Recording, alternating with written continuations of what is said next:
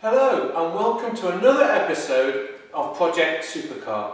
And on this episode we'll go over the rear suspension and how I set up the chassis in my garage on an uneven floor.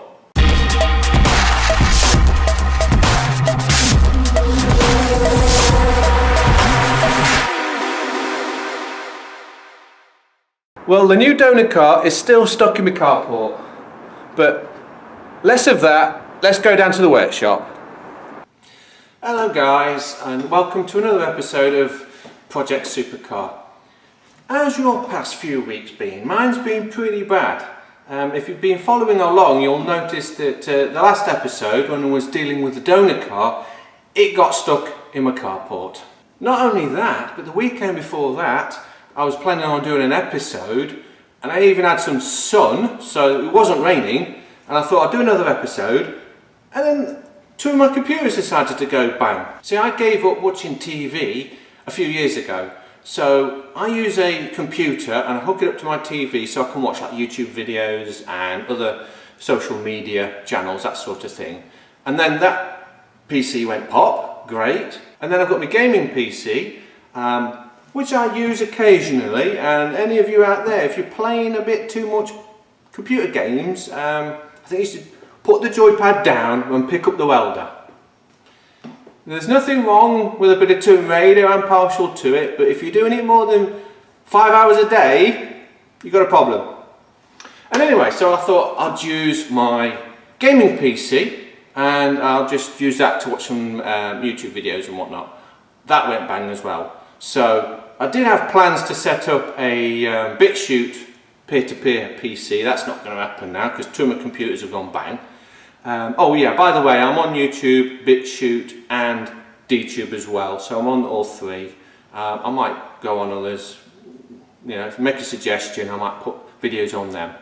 But anyway, enough of that. You're here for the car, let's get on with it. Before I go into how to set your chassis up on an uneven floor, what I'd like to do is just touch on the rear suspension. So what I'll do in a second is I'll jack up the car and we can take a closer look. But I think this might be a good time to talk about jacking points. Now I'm guessing that many of you out there have jacked up a car once or twice in your life, and you've probably had troubles or issues trying to do that. Many supercars don't have provisions to jack the car up. Take the Lotus Esprit. Yes, you can jack it up on sort of some of the where the wishbone bolts onto the chassis, but a lot of the times people don't take the time to do this, so they'll put the jack underneath the chassis, jack it up, and then they'll deform the underside of the chassis. A bit like this.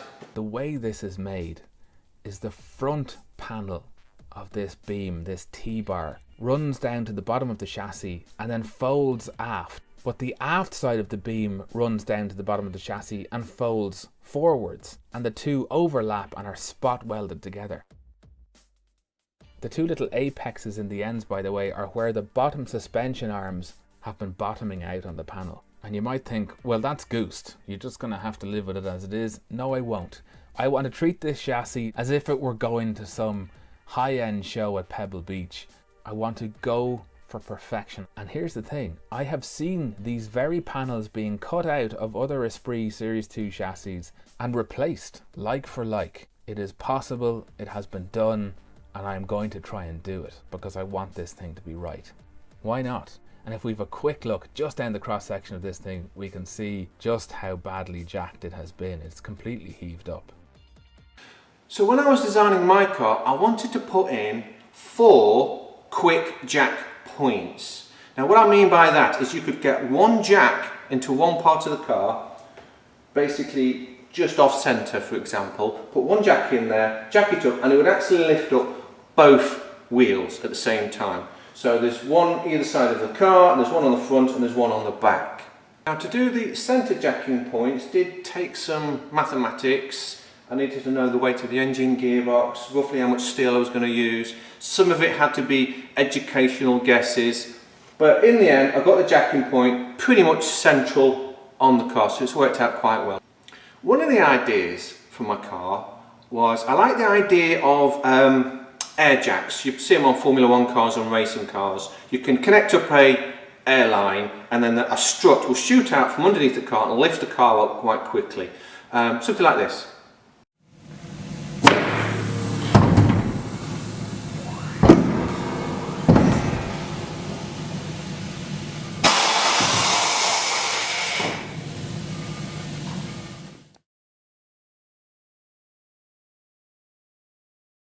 So I have designed that into the car. It doesn't have it fitted or anything like that, but if I ever have the money, the budget, the time, that sort of thing, I can go back to that and hopefully I can install it on this car. Or, well, this is the prototype, but on the finished car. One of the things as well about this car is I've tried to design it where everything is accessible from above. There's very, very little need to ever jack the car up anyway, apart from, you know, replacing the wheels and maybe some, you know, brake work or something like that, but everything else is accessible from above. Just thinking about it now, it's probably the coolant lines that run underneath the car, but inside the car. They're not exposed because there is a flat under tray on that, but I'm probably getting ahead of myself here. We'll cover that in the episode when we go over under trays and you know, race cars and aerodynamics. We'll cover that in a later date, but everything is designed to be accessible from above, so jacking is really not needed much on this car. So I think it's time. I'll get my overalls on and we'll jack this car up, we'll take the wheel off and we'll have a closer look at the rear suspension. Well, my jack split its seal, leaking fluid everywhere, so I can't use this.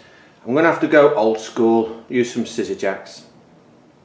So I'll just jack this up. I'll take my time because of the rear clam is up. And obviously that's not fiberglass, that's the plug. It's 3 times heavier than it should be. There's a whole wooden frame in there, so I don't want to jack it up too high and push the weight over because I could damage the hinges. Like I say, once that's fiberglass it won't be an issue, but for now I'm just going to take my time, just get it up, just so I can take the wheel off.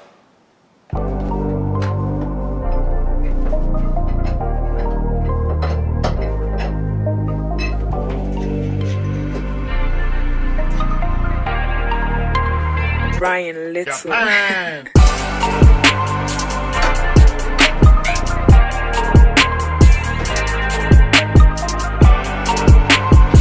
All I've done is just jacked up the car slightly and then I've taken the tension off the rear wishbone just to lift the tyre up.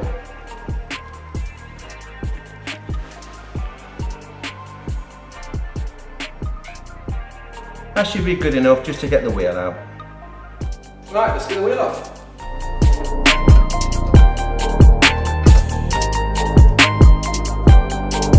Now, some of you eagle-eyed viewers might notice that I'm using Audi hubs. This is a BMW wheel. It's actually off a BMW E46. It's an 18-inch. I think this is an MV2 BMW wheel. Now, I had to look this up because I couldn't quite remember the numbers. But the PCD on the BMW wheel is actually 5x120 with a bore of 72.5, and the Audi hub, its PCD is 5x112 with a centre bore of 57.1 millimeters. So how did I get it to fit? So I used a PCD converter. Now this was just for the prototype. This is not part of the kit or anything like that. The only way I could solve the 2 different hubs was because I've got BMW front hubs on the front at the moment. I'll tell you what, we'll go over that in a different video. I don't want this video getting too long. So for now, I'll put a PCD on there, a PCD converter, just to solve that issue. Now PCD stands for pitch, circle, diameter. See this diagram? Hopefully this should explain things. So let's take a closer look at the rear suspension. Don't worry too much about this. This is for intercoolers and brake ducting.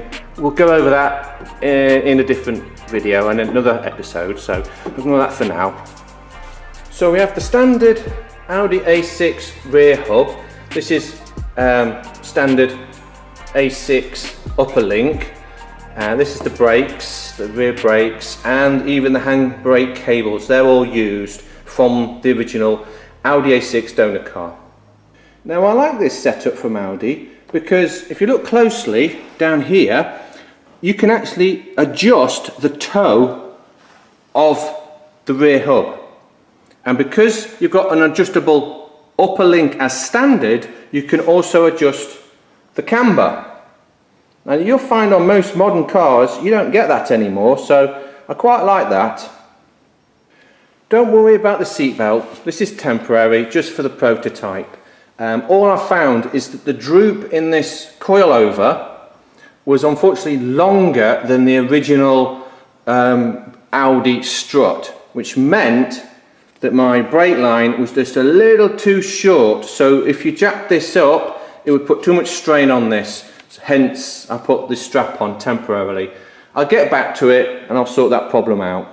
Inside there you can't quite tell, and I'll probably put a little image on the screen, but inside there is a custom billet aluminium block with a poly bush inside. The poly bush is from Supercar and it's from an MX5, and that goes in there, can't quite see it, but that replaces the Audi one because the Audi casting I just couldn't use, so it's a lot easier to make my own, and that's how the rear wishbone is connected to the chassis.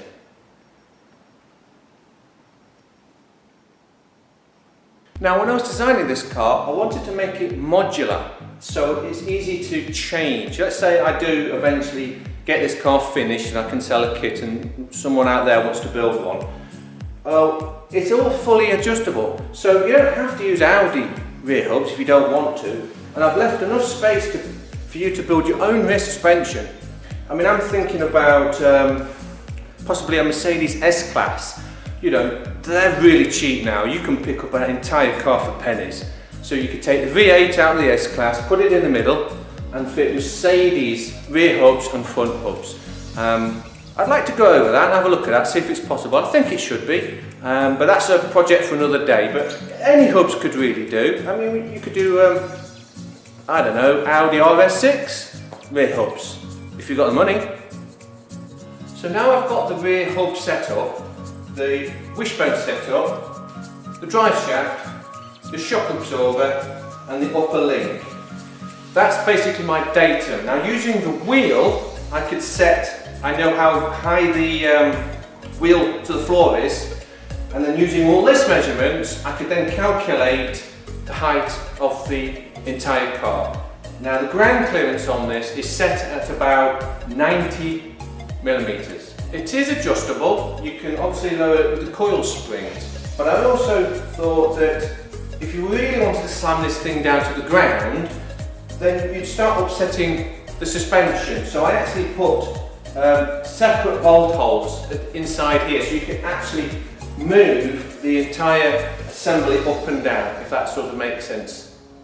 So now I've got all my measurements, I could start planning out the rest of the chassis, which is what I did in my garage. So I think we should go over there and I'll show you how to set up a tubular chassis on a floor that isn't even. Ideally, you want a welding table to make your chassis, but they cost money and I don't have a lot of that, so I had to do it a different way. But let's take a look at how a welding table is used if you do have the money.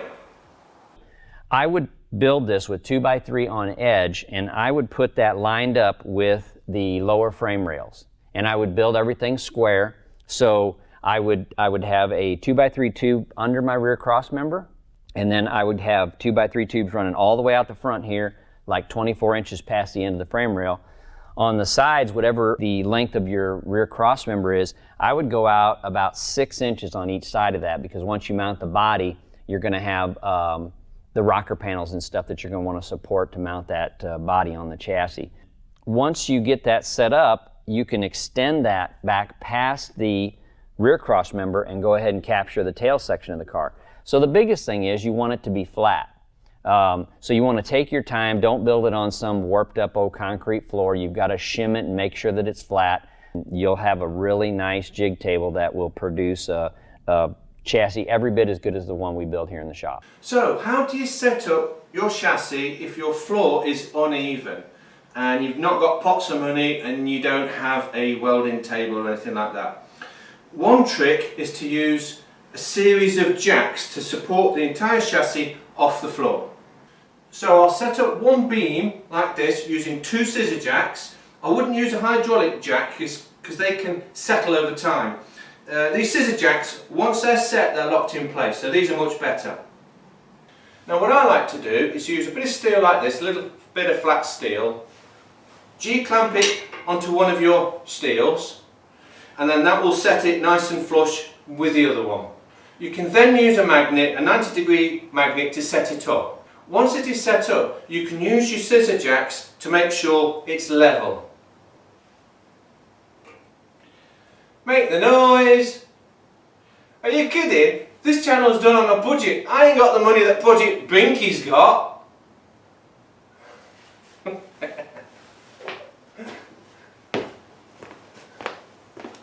Oh, and just in case you're new to my channel and notice the giant spacer on this thing, that's also for the prototype, okay? It's not supposed to be part of the kit. These wheels are supposed to be dished, so the offset will move right into the centre of the wheel, so that will line up perfectly, won't need any spacers. And this wheel will actually be a bit wider than it is. I think it's a 265 if I remember rightly. Yeah, no, sorry, 255. But hopefully we'll get some 305s or something on the back of this, with some deep dish wheels. Okay, well the car's back down on the ground. I feel a little bit better now. I didn't like all this weight leaning over to one side. But it's back down on the ground, so I think that'll do. We'll end it here. I'm going to try and get this episode a little bit shorter than the last one. I think it was like 20 minutes or something. And that's probably a little bit too long for you lot, so I'll try and get it a bit shorter. So I think for now, see you in the next one. Bye.